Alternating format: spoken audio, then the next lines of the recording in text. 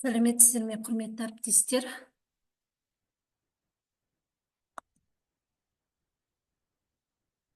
Менің дидактивтік курсымның тақырыбы оқушылардың сөздік қорын байыту арқылы тілдік дағдыларын қалыптастыру. Мен бұл бағдарламаны екінші, үшінші сынып оқушыларына арнап жасадым. Бұл бағдарлама аптасына бір сағаттан болады, және барлығы 34 сағат. Енді бұл элективті бағдарламаның мақсаты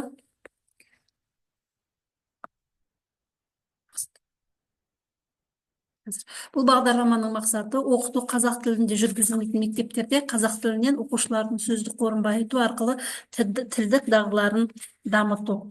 Енді тіл үйренудің негізгі мақсаты сөйлесе, пікірлесе алуға үйрету. Ал сөйлесу үшін, бала сөз білу керек.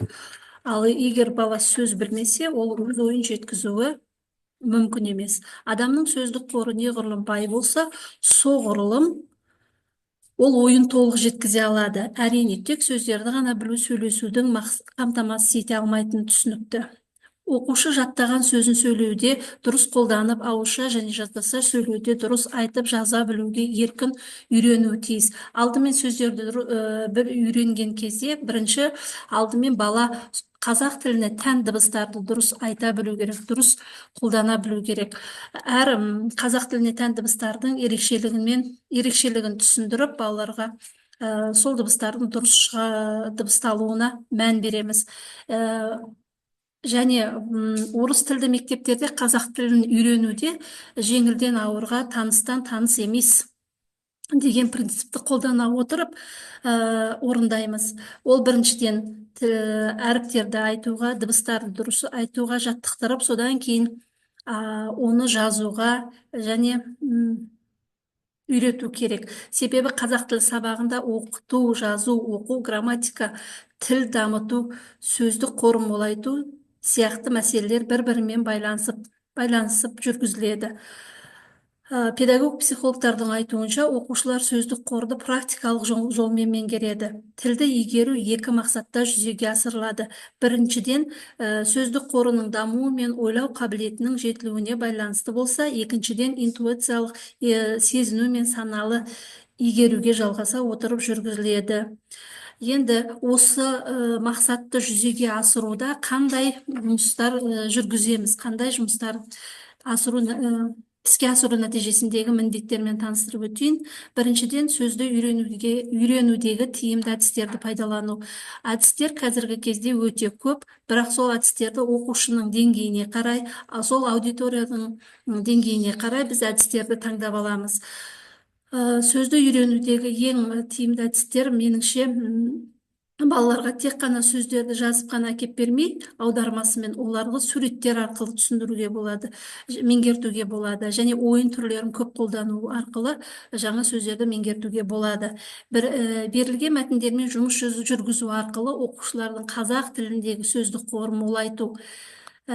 молайту және күнделікті өмірде жиі қолданылатын сөздерді меңгеру арқылы қазақ тілінде еркін қарым-қатынасқа түсуді үйрету.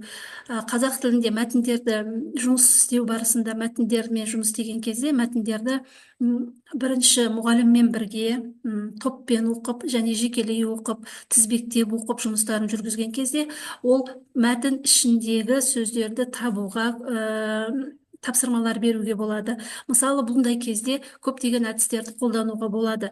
Астын сыз әдісін қолдануға болады, түртіп алу әдісін қолдануға болады. Мысалы, астын сыз әдісін қолданған кезде мәтінді оқып болған соң, балалардың өзіне белгілі бір уақыт беруге болады. 2 минут, 3 минут балалардың деңгейіне қарай.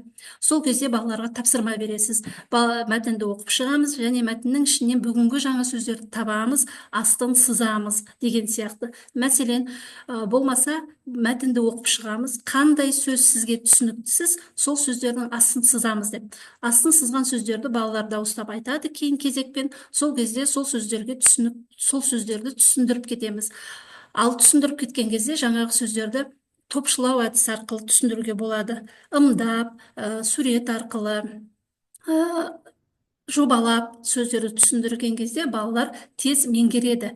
Екіншіден, күнделікті өмірде жиі қолданылатын сөздерді, бұларды сабақ кезінде ғана қолданбай, жаңа сөздер түсіндіруге, сол өткен сөздерді үзіліс кезінде, көшеге шыққан кезде, көшеде кездескен кезде, күнделікті мысалы балаларды дәлізде кездескен кезде сол сөздерді қолдану арқылы, мысалы амандасу, қал жағдайын сұрасу, бүгінгі күннің қалай өтіп жатқанын сұрасу арқылы жүзеге асыруға болады. Күнделікті өмірде жиі қолданылатын сөздерді қолдану арқылы оқушылардың функционалдық сауаттылығын дамыту, оқушылардың сөздік қорын байыту арқылы олардың оқу, жазу және сөйлеу мәдениетін қалыптастыру. Бұл кезде мысалы балалардың оқу арқылы оқу мәдениетін қалыптастырған кезде мәтінмен жұмыс барысында көруге болады. Ал жазу кезінде балаларға мысалы сөйлемді аяқтаңдар, аяқталмаған сөйлем деген сияқты әдіс тәсілдерді қолдануға болады. Сіз бүгінгі тапсырма бойынша сөйлем бересіз, сол сөйлемді бала үйренген сөздері арқылы аяқтайды. Бұл бір болса, екіншіден балалардың сол жаңа сөздерді қалай жазылу керектігін үйретуге болады. Мысалы, А4 форматты қағазды алып, оған сөздерді, мысалы, сіздер дауыстап айтасыздар сөздерді, а бала сол сөзді жазып, бәрі көрсетеді сөздерді. Көрсеткен кезде кім қате жазды, кім дұрыс жазды, сол туралы балаларға түсіндіріп кетуге болады. Қай жерде қазақ тіліне тән дыбыстар жазылу керек, және олардың емлелері қалай болады, сол туралы түсіндіруге болады. Сөйлеу барысында балалар бір-бірімен қарым-қатынасқа түсу арқылы сөйлеу тілін дамытамыз. Оқушылардың жаңа сөздерді сөздіктің көмегімен аудару арқылы өздігінен жұмыс істеуге дағдыландыру. Ол өйткені, мысалы, қазір біздер жаңа сөздерді кейде жазып алып келеміз, жазып алып келіп тақтадан көрсетіп, балалар көшіріп алады. Кейде балаларға сурет арқылы береміз жаңа сөздерді. Сондай кезде балалар осы сөздікпен жұмыс жасауға үйренеді. Қазіргі оқулықтардың бәрінде артында сөздік жұмысы бар. Сол сөздік жұмысты көрсете отырып, балалар сөздік жұмысын жүргізуге дағдыланады. Сөздікпен өздігінен жұмыс істеуге үйренеді. Бұл тек қана қазақ тілі сабағында емес, және басқа пәндерде де өзінің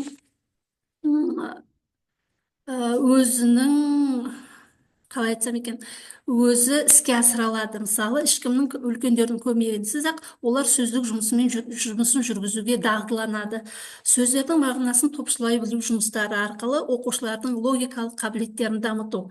Бұл дегеніміз, кейде жаңа сөздерді біздер жобалап түсіндіреміз, жобалап түсіндірген кезде оқушылар сол сөзді өздері тауып отырады. Тауып, мысалы, сіз жобалап түсіндіріп айтып отырасыз, олар сол сөздерді жазып, аудармасын жазып, дәптерлеріне түсіріп отырады. Осындай міндеттерді жүргізу арқылы осы бағдарламаның мақсатына жетеміз. Енді бұл бағдарламаның өзектілігі неде? Ұрпақ тәрбиесі тілден басталады. Оның ішінде мектеп оқушыларын тәрбиелеудің ең қажетті міндеттерінің бірі олардың қазақ тіліне деген саналы көзқарасын қалыптастырып, таным белсенділігін дамыту. Сондықтан Қазақстанда оқыту орыс тілінде жүргізілетін мектептерде оқушылардың сөйлеу тілін дамыту, сөздік қорын байыту арқылы олардың қазақ тілінде ойлай білу мүмкіндігін жетілдіру. Сонымен қатар әр оқушының қазақ тілінде қазақ елінің мәдениеті мен тарихына деген сүйіспеншілігін арттыру. Және бағдарламаның ғылымилығы. Қазір барымыз тілді қалай үйретеміз, қалай оқушыларға меңгертеміз деген үлкен сұрақпен жүрміз. Бағдарламада оқыту орыс тілінде жүргізілетін мектептердегі оқушыларды қазақ тілінен сөздік қорын байыту мәселесі оқу процесінде оқушылардың коммуникативтік дағдыларын және қарым-қатынас мәдениетін қалыптастыруға бағытталған ең маңызды тәсілдердің бірі ретінде қарастырылады. Оқушылар сөздік қорын байытудың нәтижесінде ол тек тіл үйреніп қана қоймай, қазақ тілінде жазылған әртүрлі мәтіндермен жұмыс жасай алу мүмкіндіктері артады. Өзге тілді аудиторияда қазақ тілін үйрету барысында оқушылардың сөздік қорын байытудың тиімді әдіс тәсілдерді бірінші мұғалім өзі дұрыс меңгеру керек. Мұғалім біліп өзі меңгеріп, әдіс тәсілдерді қолданып, содан кейін барып оқушыларға қолдануға болады. Ол үшін әдіс тәсілдердің көптеген түрлері бар. Сұрақ жауап, сөйлесу, әңгіме, көрнекілік, аударма, оқулықпен жұмыс және жұмыс әдістері. Мысалы, балаларыны бұл әдістерді топпен жүргізуге болады, жекелей жүргізуге болады, және жұппен жұмыс жасауға болады. Бұл жұппен жұмыс жасаған кезде оқушыларды әртүрлі әдіс тәсілдер арқылы жұптастыруға болады. Ол кезде мысалы қазіргі балалар өздері мысалы жақсы оқитындармен жұптасады, мысалы өздерінің қасында отырған достарымен жұптасады. Кейде кейбір балаларға жұп табылмай қалады, ондай кездеседі сабақтарда. Сондықтан оларды сіз өзіңіздің шеберлігіңізбен, өзіңіздің алып келген әрбір ойын арқылы, әрбір әдіс тәсілдер арқылы теңдей бөлуге болады. Сол кезде оқушылар мысалы бір өте жақсы оқитын оқушымен кішкене үлгерімі нашар оқушыны теңестіріп екеуін жұптасып қойсаңыз, ал олар өздері жаңағы жақсы оқитын оқушылар, жаңағы үлгерімі нашар оқушыларды өздері тартып көмектеседі сөздерге. Сонда бір жағынан бала сөз үйренеді, екінші жағынан жаңағы сыныптағы қарым-қатынасты сіз реттеп отырасыз. Балалар сол арқылы балалардың арасында қарым-қатынастар да түзеледі, және оқуға деген қызығушылығы артады. Балалар бірін-бірі жетелеп, бір-біріне білмеген сөздерін үйретіп отырады. Енді бұл бағдарламаны тұрақтылау мазмұндық бөлімі, енді бұл 2-3 сыныптарға арналған бағдарлама деп айттым, аптасына 1 сағат және барлығы 34 сағат. Бұл пәннің оқу мазмұнына 3 модуль кіреді. Әр модульде теория мен практика бар. Оқушылардың жас ерекшеліктерін, дайындығын, деңгейін ескере отырып, жұмыстарды топта да, жұпта да және жеке де орындауға болады. Бірінші бөлім мен және менің отбасым деп алдым бірінші бөлімді. Бұл бөлімді 12 сағатқа бөлдім. 12 сағаттың 7 сағаты теорияға, 5 сағаты тәжірибеге кетеді. Бұл жерде оқушылар өзі туралы және өзінің отбасы туралы айтып үйренеді. Және олар бір-бірімен қарым-қатынасқа түсу арқылы, диалог құрастыру арқылы, бәрін құрастыру арқылы олар бір-бірімен қарым-қатынасқа түседі, және бұл әдістерді, ойындарды, тәсілдерді көбінесе жаңағы тәжірибе сабағында қолдануға болады. Екінші бөлімді табиғат біздің үйіміз деп алдым. Бұл табиғат біздің үйіміз бөлімін мен 13 сағатқа бөлдім. Бұл жерде 7 сағат теория, 6 сағат тәжірибе болады. Үшінші бөлім құстар мен жәндіктер. Олар оны 9 сағатқа бөлдім.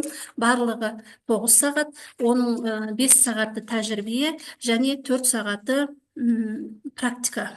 Балаларға осы практика кезінде түрлі тапсырмалар беру арқылы олардың меңгерген тапсырмаларын, үйренген сөздерін және түрлі тест тапсырмалары арқылы олардың үйренген, меңгерген тақырыптарын көруімізге болады, және қандай деңгейде үйренгенін көруімізге болады. Енді бұл бағдарламадан күтілетін оқу нәтижесі берілген мәтіндермен жұмыс істеу арқылы оқушылардың қазақ тілінен сөздік қоры молаяды, күнделікті өмірде жиі қолданылатын сөздерді меңгеру арқылы қазақ тілінде еркін қарым-қатынасқа түсуді үйренеді, күнделікті өмірде жиі